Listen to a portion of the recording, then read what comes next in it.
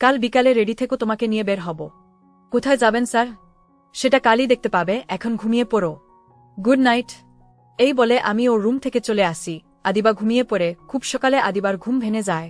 Adiba fresh হয়ে নিয়ে আমার রান্নাঘর খুঁজতে থাকে, কিন্তু খুঁজে পাচ্ছে না। খুঁজতে খুঁজতে অবশেষে পেয়ে যায়। আদিবা রান্না করার মতো কোনো কিছুই পাচ্ছে না।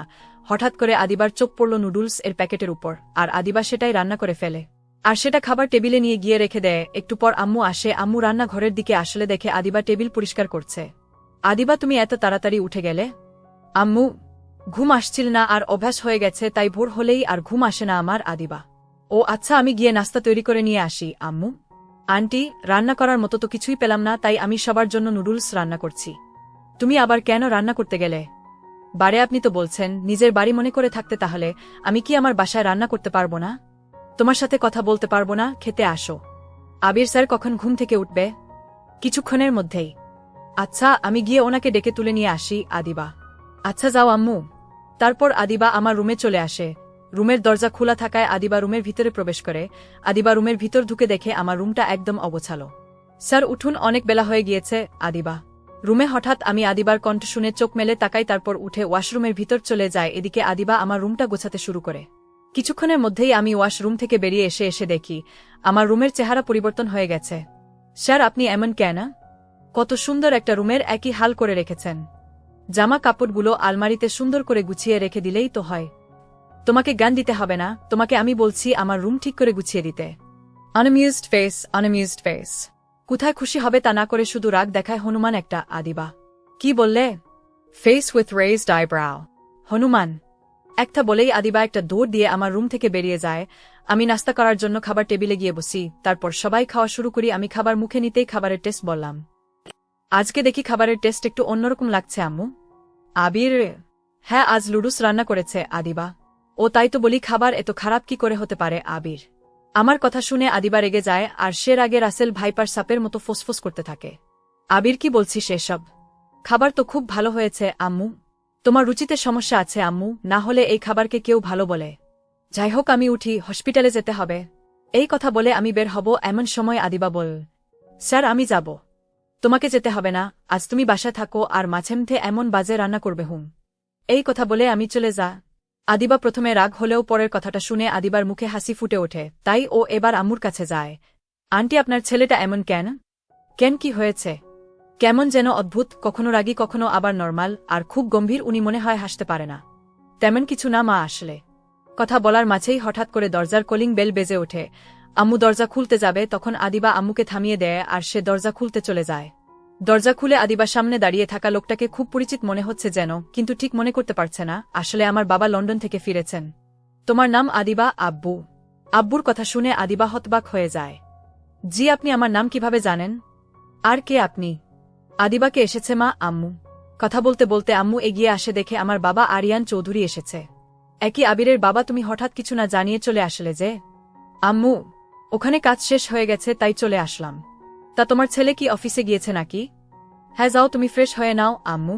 তারপর আব্বু চলে গেল। আদিবা এসে আম্মুকে বলে, আন্টি, উনি আমার আঙ্কেল নাকি? হ্যাঁ। আমার নাম কিভাবে জানেন আঙ্কেল? তোমার কথা বলছিলাম ওনাকে, সেজন্য।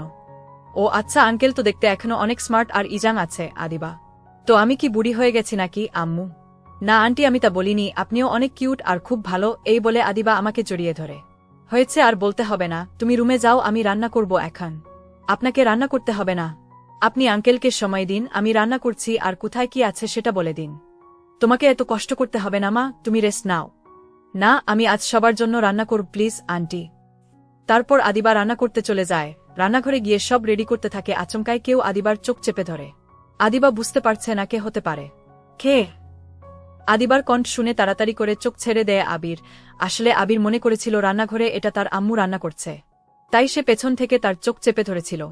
আদিবা পেছনে ফিরে দেখে আবির। স্যার, আপনি? তুমি এখানে কেন? আম্মু কোথায়, আর তুমি আম্মুর শাড়ি পরছ কেন? আবির, আমি রান্না করতে আসছি। আমি এবার আর কিছু না বলে চলে গেলাম। আদিবা অবাক হয়ে দাঁড়িয়ে আছে। আমি আম্মু আম্মু বলে ডাকতে থাকি, আর আম্মু আমার কণ্ঠ শুনে তার রুম থেকে বেরিয়ে আসে। কিরে, আজ হঠাৎ এত তাড়াতাড়ি চলে আসলি যে? আসলে হসপিটালে তেমন একটা কাজ নেই, তাই চলে আসলাম। ও আচ্ছা, তা বেশ করেছিস, ফ্রেশ হয়ে নে। আমি চলে গেলাম। দেখতে দেখতে দুপুর হয়ে গেল। সবাই খাওয়ার জন্য খাবার টেবিলে গিয়ে বসি আমরা। আব্বু আরিয়ান চৌধুরীও আসে। আদিবা লক্ষ্য করল আমি বাবার সাথে কোনো কথা বলছি না, খাবার টেবিলে নীরব হয়ে বসে আছি, কেউ কোনো কথা বলছি না। বিষয়টা আদিবার কাছে কেমন যেন লাগছে। তখন আদিবার মনে পড়ে এই লোককে তো সে হসপিটালে দেখেছে, আবিরের চেম্বারে। তারপর চুপচাপ যে যার মতো খাবার খেয়ে উঠে যায়। বিকেলে আদিবা আম্মুর কাছে যায়, তখন আম্মু সোফায় বসে টিভি দেখছিল। আম্মু আদিবাকে দেখে বলে, আরে দাঁড়িয়ে আছো কেন, এখানে বসো মা। আন্টি আপনার সাথে আমার কিছু কথা ছিল। আসলে একটা জিনিস জানার ছিল। হ্যাঁ বলো। খাবার সময়ে আমি একটা জিনিস খেয়াল করলাম, আবির স্যারের সাথে কি আঙ্কেলের কোনো সমস্যা হয়েছে? ওনারা কি একজন আরেকজনের সাথে কথা বলে না? আর বলো না, ৮ বছর ধরে আবির তোমার আঙ্কেলের সাথে কথা বলে না। আম্মু একটা দীর্ঘশ্বাস ছেড়ে বল, কেন, কি এমন হয়েছে আন্টি? আবির একটা মেয়েকে ভালোবাসত, আর তখন আবিরের পড়াশোনা চলছে। মেয়েটার সাথে রিলেশন হওয়ার পর থেকে আবির কেমন যেন হয়ে গিয়েছিল, ঠিকমতো পড়াশোনা করে না, খাবার ঠিক করে খায় না। আবিরের এমন অবস্থা দেখে আমাদের খুব খারাপ লাগত। একদিন তাই আমি আবিরকে গিয়ে বলি, আবির কি হয়েছে বাবা, হঠাৎ দেখে কেমন জানি হয়ে গেছিস তুই? আম্মু, কিছু হয়নি তো, তুই আমার কাছে লুকোবি? আমি তোর মা, সন্তানের কিছু হলে সবার আগে মা বাবাই সেটা বুঝতে পারে। তুই আমার সাথে আগে তো সবকিছু শেয়ার করতি। আরে আম্মু, কিছু হয়নি তো, শুধু শুধু আমাকে নিয়ে চিন্তা করছো। আবির, আমাদের কথা বলার মধ্যেই আবিরের বাবা চলে আসে, আর উনি এসে আবিরকে বলে, আবির তোমাকে লন্ডনে গিয়ে বাকি পড়াশোনা শেষ করতে হবে, আমি সব ঠিক করে এসেছি, 7 দিন পরে তোমার ফ্লাইট। আব্বু আমাকে জিজ্ঞেস না করে এসবের মানে কি? কারণ আমি চাই তুমি একজন ভালো ডাক্তার হয়ে দেশে ফিরে আস, আর আমার হসপিটালের দায়িত্ব নাও। দেশের বাহিরে কেন যেতে হবে? আমাদের দেশে কি কোনো কিছু কম আছে? আবির, আমি এত কিছু শুনতে চাই না, যেটা বলছি সেটাই মনে রাখবে, 7 দিন পরে তোমার ফ্লাইট। এ কথা বলেই আবিবের বাবা চলে যায়। তখন আমি আবিরের আম্মুর কাছে এসে বলি, এগুলোর মানে কি আম্মু? আমাকে কিছু না জানিয়ে এগুলা কেন করছে আব্বু? আমিও তো জানতাম না, তবে উনি যাই করেছে সেটা তোর ভালোর জন্যই করেছে, আমি তো এমন চাইনি। আরে বাবা, সমস্যাটা কি? মাত্র তো 4 বছর। 4 বছর পরে তুই আবার ফিরে আসবি। এই 4 বছরে আমার অনেক কিছু হয়ে যাবে। মানে? আমি একটা মেয়েকে ভালোবাসি, আমি যদি বাহিরে চলে যাই তাহলে মেয়েটার যদি অন্য কোথাও বিয়ে হয়ে যায় তখন আমি কি করব? কি তুই প্রেম করিস অথচ আমি জানি না? আম্মু, বিশেষদ্রষ্টব্য, গল্পে আবিরের আম্মুর নাম হীরামণি থেকে রানী বেগম করা হলো। আসলে আমি ভেবেছিলাম তোমাদের পরে সবকিছু বলবো, কিন্তু এখন তো দেখি সব এলোমেলো হয়ে গেল। আচ্ছা সমস্যা নেই, আমরা মেয়ের বাবা মার সাথে কথা বলবো, তুই চিন্তা করিস না। আমি তোর বাবাকে এটা বলবো, তুই কোনো চিন্তা করিস না আম্মু। তারপর রানী বেগম আরিয়ান চৌধুরীকে সবটা বলেন, আর আব্বু তার একমাত্র ছেলের খুশির কথা ভেবে রাজি হয়ে যায়। তারপর তারা সবাই মিলে মেয়েটাকে দেখতে আসে, আর আবিরের ব্যাপারে জানায়। আবির অনেক খুশি হয়ে যায়। কিছুদিন পরেই আবির পড়াশোনার জন্য দেশের বাহিরে চলে যায়। আবির বাহিরে যাওয়ার 6 মাস পরে এই মেয়েটার কেমন যেন অন্যরকম রিয়েক্ট করতে শুরু করে, আর আমরা শুনতে পাই মেয়েটার পরিবার অন্য এক জায়গায় মেয়েটার বিয়ে ঠিক করে ফেলে। আবিরের বাবা এ কথা শুনে মেয়েটার বাসায় যায়। তারপর তারা তোমার আঙ্কেলের সাথে কথা অবধি বলে না, সে অপমানিত হয়ে ফিরে আসে, আর মেয়েটারও বিয়ে হয়ে যায়। এসবের জন্যই আবির তার বাবাকে দায়ী মনে করে। এরপর থেকে আবির আর তোমার আঙ্কেলের সাথে কিভাবে কথা বলে না। আদিবা এতক্ষণ সব কথাগুলো আম্মুর কাছ থেকে শুনছিল। এখানে তো আঙ্কেলের কোনো দোষ নাই, আর মেয়েটা কিছু বলেনি। আসলে এই মেয়েটার অন্য একটা ছেলের সাথে রিলেশন হয়ে যায়, আর তার সাথে মেয়েটা বিয়ে করে নেয়। আবিরের বাবা তাদের অনেক অনুরোধ করে, কিন্তু মেয়েটা সহ তার পুরো পরিবার আবিরের বাবাকে অপমান করে। আমি আবিরকে অনেক বোঝালাম, কিন্তু আবির আমার কোনো কথাই শোনে না। আবির মনে করে সে যদি বাহিরে না যেত তাহলে কখনোই এমনটা হতো না। রানী বেগম অর্থাৎ আবিরের আম্মু, এটা ঠিক নয়। মেয়েটা যদি আবির স্যারকে সত্যি ভালোবাসত, সে অন্য একটা রিলেশনে কিছুতেই যেতে পারত না, বিয়ে তো অনেক দূর। হ্যাঁ, এটাই তো আবিরকে আমি বোঝাতে পারিনি। রানী, চিন্তা করবেন না আন্টি, সব ঠিক হয়ে যাবে। আদিবা, হ্যাঁ মা, সেই আশায় আছি। আমার পরিবার যেন আগের মতো হয়ে যায়। আবিরের বাবা আবিরকে অনেক ভালোবাসে। বুঝতে পারছি আন্টি, চিন্তা করবেন না, আমি এখন যাই। এই কথা বলে আদিবা চলে গেল। আদিবা মনে মনে ভাবছে সে এই পরিবারকে ঠিক আগের মতো করবে, আবার উনি সবাইকে এক করে হাসাবে, একসাথে আড্ডা দিবে। দেখতে দেখতে সন্ধ্যা হয়ে যায়। আমি আবির নিজের রুমে বসে আছি। তখন আদিবা আমার দরজার সামনে এসে বলে, স্যার আসতে পারি? আদিবা, হ্যাঁ এসো, কিছু বলবে তুমি?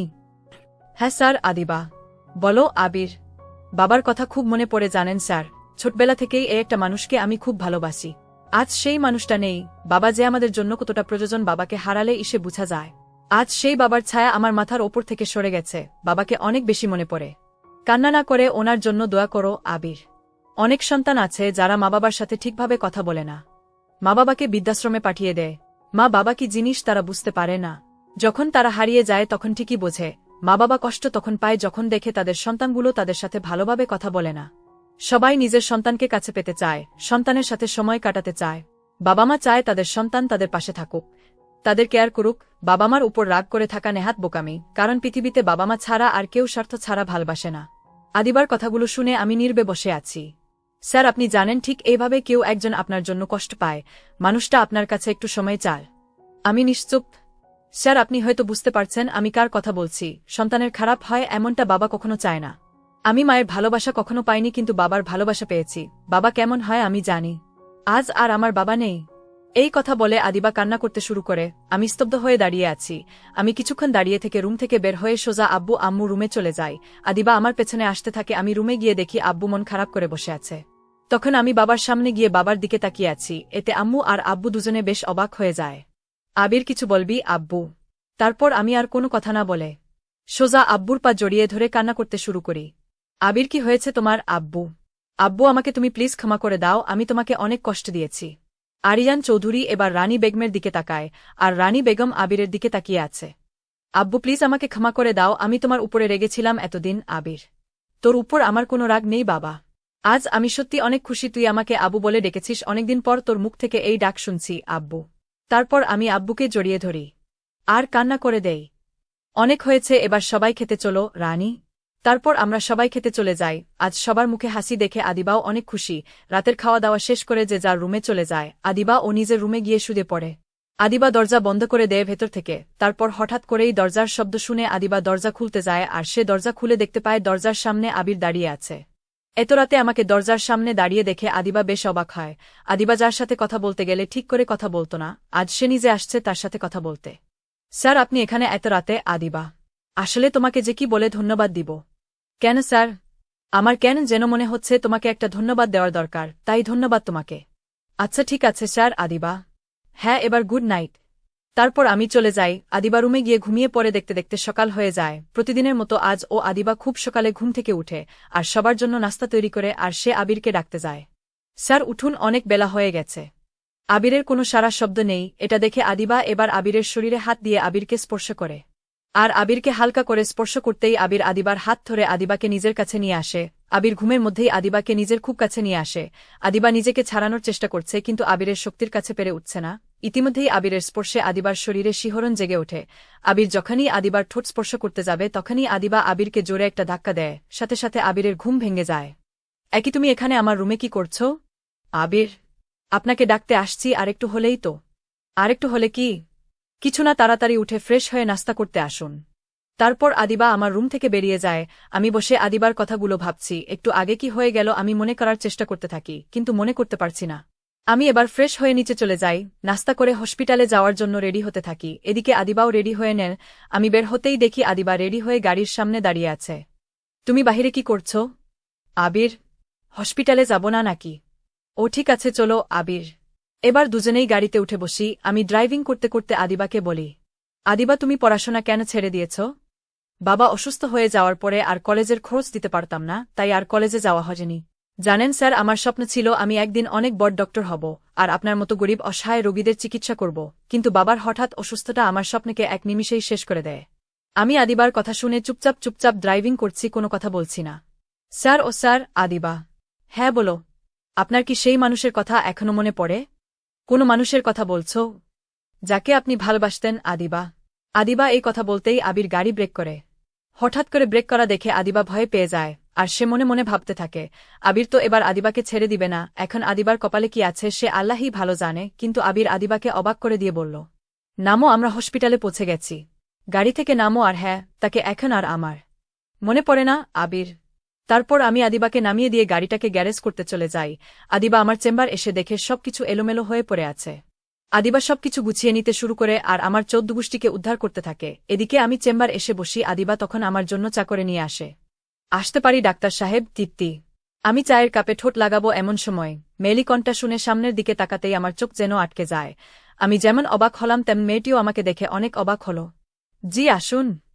আবির, তুমি এখানে? তৃপ্তি, এটা আমার হসপিটাল। আবির, ও আচ্ছা, তুমি তাহলে শহরের নামকরা ডাক্তার আবির চৌধুরী? হ্যাঁ। বাহ বাহ, কি জন্য আসছেন সেটা বলুন। আমি অহেতুক কোনো কথা বলা পছন্দ করি না। তুমি তো অনেক পরিবর্তন হয়ে গেছ দেখছি। ওর কথা শুনে আমার খুব রাগ হচ্ছে, তারপরও নিজেকে সামলে রাখার চেষ্টা করছি। কি জন্য আসছেন সেটা বলুন। আমি আসলে আমার হাজব্যান্ডকে নিয়ে আসছি। যদি উনাকে একটু দেখতেন। ঠিক আছে চলুন।